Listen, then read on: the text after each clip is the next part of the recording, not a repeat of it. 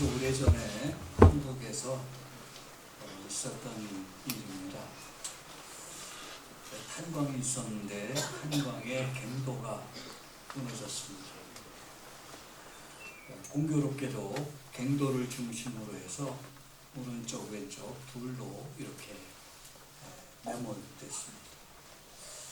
그래서 그것을 알고 구조대가 와서 구조를 하기 시작했습니다. 양쪽에서 동시에 파들어갔는데 거의 일주일 만에 거의 동시적으로 구조대가 도착을 했습니다. 가서 이제 보니까 이쪽에는 모두 살았는데 이쪽에는 모두 죽었습니다. 한쪽은 하나도 죽지 않고 다 살았고 한쪽은 하나도 살지 못하고 다 죽었습니다. 왜 그렇게 됐을까 조사를 했습니다. 온도, 습도, 거기에 모든 여러 가지 공기의 상태 등등 여러 가지를 조사했는데 거의 똑같았어요. 대동소이했습니다. 그런데 한 가지 다른 것이 있었습니다. 사람들이 주목하지 않는 한 가지가 있었는데 양쪽 다 그쪽 한쪽 구석에 전화선이 있었습니다. 전화선이 있었는데 이쪽은 완전히 전화선이 끊겼고 그러니까 두절이 된 거지요. 이쪽은 끊기기는 했는데 간당간당 들렸다 말았다 들렸다 말았다 하면서 이쪽은 선이 아주 희미하게 살아있었습니다. 이쪽에 있는 사람들은 구조하러 오는지도 몰랐어요. 그냥 거기서 생존하기 위해서 물도 있는 대로 그냥 어쨌든 가고, 이쪽의 사람들은 희미하지만 소식을 알고 있었습니다. 구조대가 간다. 우리가 어느 정도 파들어 왔다. 너희들의 상태는 어떠냐? 뭐 들렸다 안 들렸다 하지만 간당간당하게 이쪽은 들렸습니다. 그러면서 그 사람들은 그 가운데서 소망을 갖게 되었고 끝까지 감당할 수 있는 용기와 의지가 있었습니다. 그들이 살아갈 수 있었던 것은 한 가지, 교통입니다. 저쪽과 연결되어 있어서 커넥션되어 있어서 나쁜 데 커넥션이 아니고 살아있는 곳에 구조대와 커넥션이 되어 있어서 희미하고 어렴풋하고 약하지만 그러나 그것을 붙잡을 수 있었습니다. 그래서 커넥션, 어디에 연결돼서 우리가 살아가고 있을까요? 우리가 진정 내 영혼이 세상으로 가지만 1차적으로는 내 영혼이 어디에 연결되어 있을까? 그것이 우리의 가는 길과 나아가서는 우리의 생의 모든 것까지도 주장한다고 하는 것이죠. 오늘 말씀에 보면 지몬이라고 하는 어부가 있었는데 갈릴리에서 물고기 잡으면서 살아가는 사람, 365일 못 잡은 건 아니죠. 그럼 굶어 죽었죠. 그런데 다른 때는 몇 마리도 잡고 어떤 때는 많이도 잡고 했지만 그날은 이상하게도 한 마리도 못 잡았습니다. 공치는 날이었습니다. 우리도 살다 보면 나는 있는 대로 수고하고 애쓰지만 아무 열매도 거두지 못할 때가 종종 있고 어떤 경우에는 많이 있습니다. 내가 잘못해서 그럴 때도 있지만 내가 선하고 내가 진실되고 내가 충성됐지만 그런 것이 없을 때도 있습니다. 그때에 가장 중요한 것은 바로 아무 볼품 없었던, 그리고 아무도 주목하지 않았던 예수님이 그곳에 나타나셨다는 사실입니다.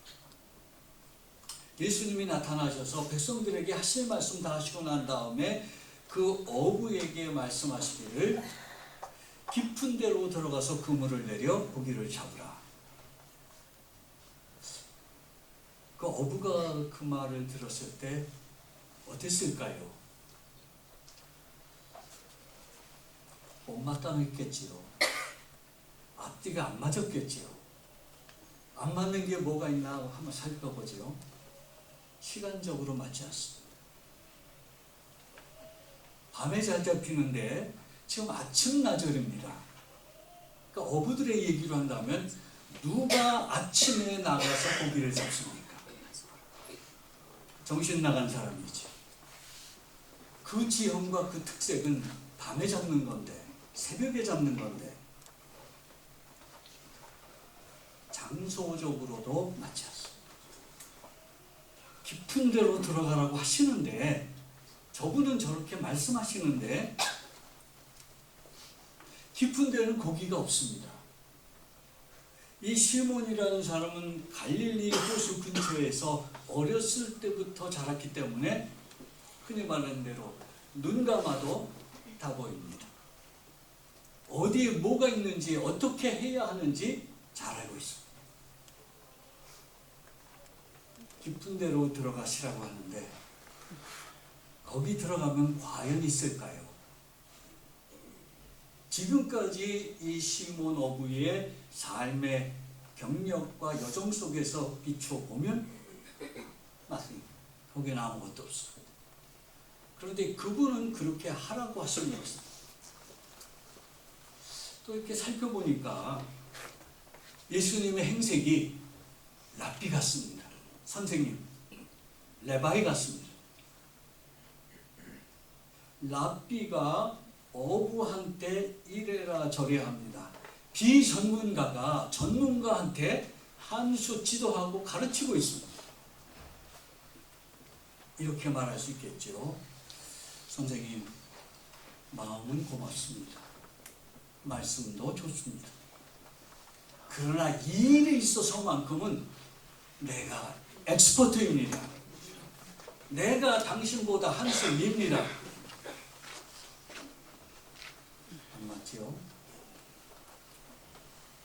상황적으로도 안 맞습니다. 고기를 밤새도록 잡고 나온 다음에 나와서 그물을 정리합니다. 찢어진 데도 있고 헤어진 데도 있고 흐트러진 것도 있고 이렇게 저렇게 깁고 정리를 합니다. 일 다 끝났는데 우리가 가령 정상적인 가정에서 남편이 하루 종일 일하고 들어오셨습니다. 그런데 아내는 또 아내 사정이 있겠지요. 아내가 여보 이것 좀 해줘 하는데 피곤해 죽겠는데 그거 하라고 그러면 어떻겠습니까? 물론 성품이 너그러우신 분도 있지만 대부분 일반적인 사람들은 저 같은 사람들은 그거 왜 그러냐고 나중에 하자고 뒤로 밀어버리고 상황적으로 안 맞다는 거죠. 맞는 게 하나도 없습니다. 그런데 이 어부는 그분에게서 이렇게 말합니다. 내가 밤새도록 수고했습니다마는 잡은 것이 없습니다. 아니, 더 높은 곳에서 보면 하나님이 잡지 못하게 하셨습니다. 그를 부르시려 하나님이 주시지 않았습니다. 성경에 보면 하나님이 재앙도 내리시더라고요. 은혜의 하나님만은 아니더라고요. 오늘도 교회에서 새벽기도 때 시편 말씀을 보는데 하나님이 명하셔서 풍랑을 보내셨다라는 말씀이 나와요. 좋은 줄만 알았는데 분명히 하나님은 두 가지가 다 있으시죠. 사랑도 있고 진리도 있습니다. 그래서 예수님은 두 가지를 같이 품었지 않습니까? 은혜와 진리가 충만하더라. 밤새도록 수고해서 얻은 것이 없지만 선생이 말씀하시니 내가 해보겠습니다 하고 그 사람이 모든 상식과 이성과 판단과 자기의 경험과 논리와 생각을 다 내려놓고 그것을 뛰어넘어서서 그리고 그의 말씀에게 의지해서 들어갔습니다. 신앙은 말씀 의지하는 것 아니겠습니까? 종교개혁이 뭡니까? 말씀으로 돌아가자는 것 아니겠습니까? 생각만 돌아가는 게 아니라 자기의 중심도 인격도 생활도 말씀 자체로, 말씀을 많이 아는 것은 말씀을 행하기 위해서 아는 것이지 알기 위해서 아는 게 아니지 않습니까? 그래서 그는 예수님을 처음 만난 사람. 저도 궁금한 게 왜 이 시몬이라는 사람은 처음 만난 예수님의 말씀을 그걸 믿고 했단 말입니까? 그는 그렇게 했습니다. 손해볼지도 모르고 안 될지도 모르고. 오늘날 훌륭하신 믿음의 사람들이 많습니다만 안타까운 것은 자신의 편안함과 편리함이 모든 것에 신앙이든 말씀이든 무엇이든 그것보다도 먼저 되어서 살아갑니다. 그래서 들어갔는데 오늘은 한 마리도 못 잡았는데 몇 마리만 잡게 해주셔도 좋은데 예수님은 통이 크셔서 몇 마리 잡는 게 아니라 배 한 척에 모자라서 배 두 척까지 주시고 더 주신 게 있습니다. 바로 깊은 데 들어간 그곳에서 우리는 성경에는 두 배에 가득 채워져 배가 잠기게 되었다라고 말씀을 하죠. 그 말씀은 없는데 시몬은 거기서 예수님을 만납니다. 완전히 알고 완전히 아는 것은 아니지만 거기서 예수님을 만나는 것이 깊은 곳에 들어가는 사람들에게 주시는 은혜가 세상에서의 이 열매도 귀하고 복된 것이지만 이것에 끝나지 않고 그 다음에 더 귀한 진정한 것을 주시는데 바로 예수님을 만나게 해주시는 겁니다. 그것이 체험되고 그것이 중심에 있는 사람은 모든 때를 모든 경우를 감당합니다. 말씀 의지하는 일. 시편 119편 말씀대로 우리가 잘 아는 말씀 있지 않습니까? 주의 말씀은 내 발의 등이요 내 길의 빛이니. 말씀 속에 그분의 빛이 들어있고 말씀 속에 그분의 길이 들어있습니다. 자기가 하고 싶은 대로 다 해놓고 그 다음에 예수님이 어떻고 말을 합니다.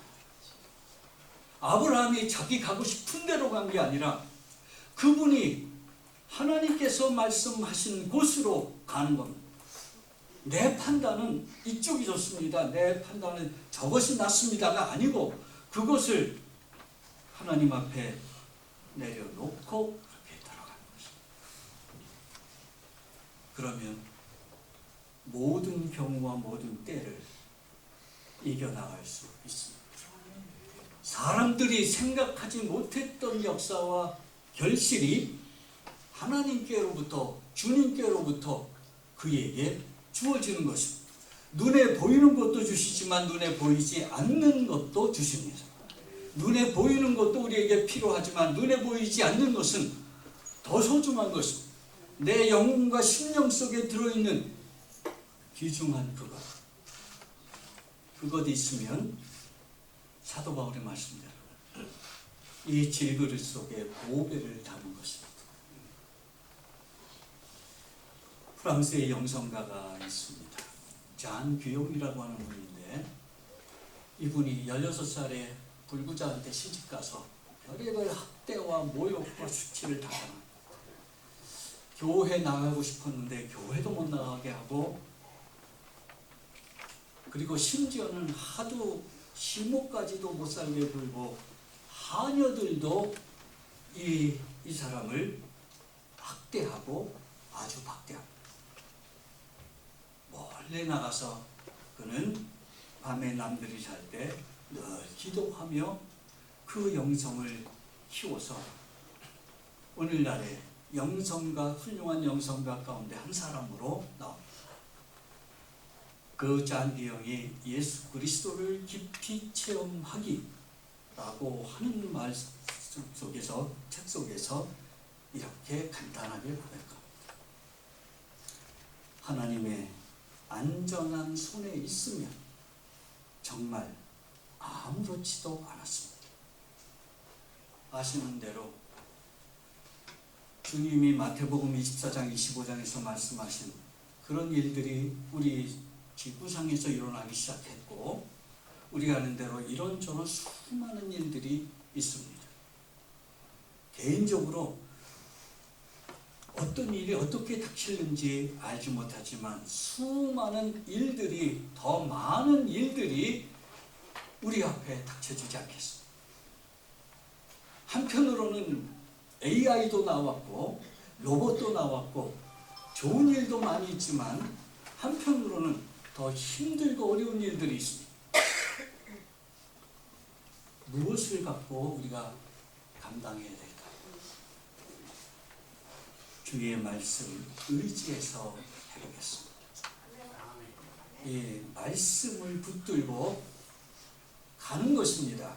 말씀을 듣고 생각하는 게 아니고 말씀을 듣고 판정하는 게 아니고 말씀을 듣고 그 말씀을 내 심령에 품고 내가 그대로 살아가 보는 것입니다.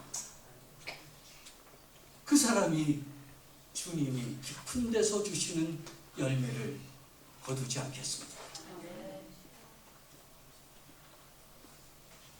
우리 미주 여성연합회가 출범한 지 오래됐다고 들었습니다. 저희도 마찬가지고 미래의 교육도 마찬가지. 또 많은 어려움들이 있어 왔습니다. 우리 속에, 제 경험 속에, 우리의 경험과 능력 속에 길이 있는 것이 아니라 그분의 말씀 속에 길이 있음을 믿고 그 말씀을 붙들고 야곱처럼 한번 씨름도 해보고 가봐야 되지 않겠습니까? 그러면 정말 많은 일들 가운데 아무렇지도 않게 하실 뿐만 아니라 이렇게 시몬에게 주셨던 것 우리에게도 주시고 그리고 그곳에 들어갔던 영혼들에게 허락하셨던 그 귀한 보이지 않는 역사까지도 우리에게 주시지 않겠습니까? 이 모임이 그렇게 깊은 데로 가셔서 수많은 내가 예상하지 않은 결실을 거두시는 그런 귀한 모임이 되시기 바랍니다. 기도하겠습니다. 텅 빈 인생을 찾아오셔서 하늘의 아름다운 것으로 채워주시고 이 땅의 복된 것으로 부어주시는 하나님 아버지, 우리 나름대로 살아가려고 했었던 지난 날들을 내려놓고 주님 붙들고 주님의 임재를 사모하며 주님의 주시는 말씀을 머릿속에 담지 않고 우리의 인격과 생활과 삶 속에 담을 수 있게 하여 주옵소서. 시몬에게 주셨던 그 아름다운 열매들 저희들에게도 허락해 주시고 또 우리 미주여성연합회도 그러한 결실을 많이 맺을 수 있도록 하나님 은혜 내려 주시옵소서. 예수님의 이름으로 기도하옵나이다.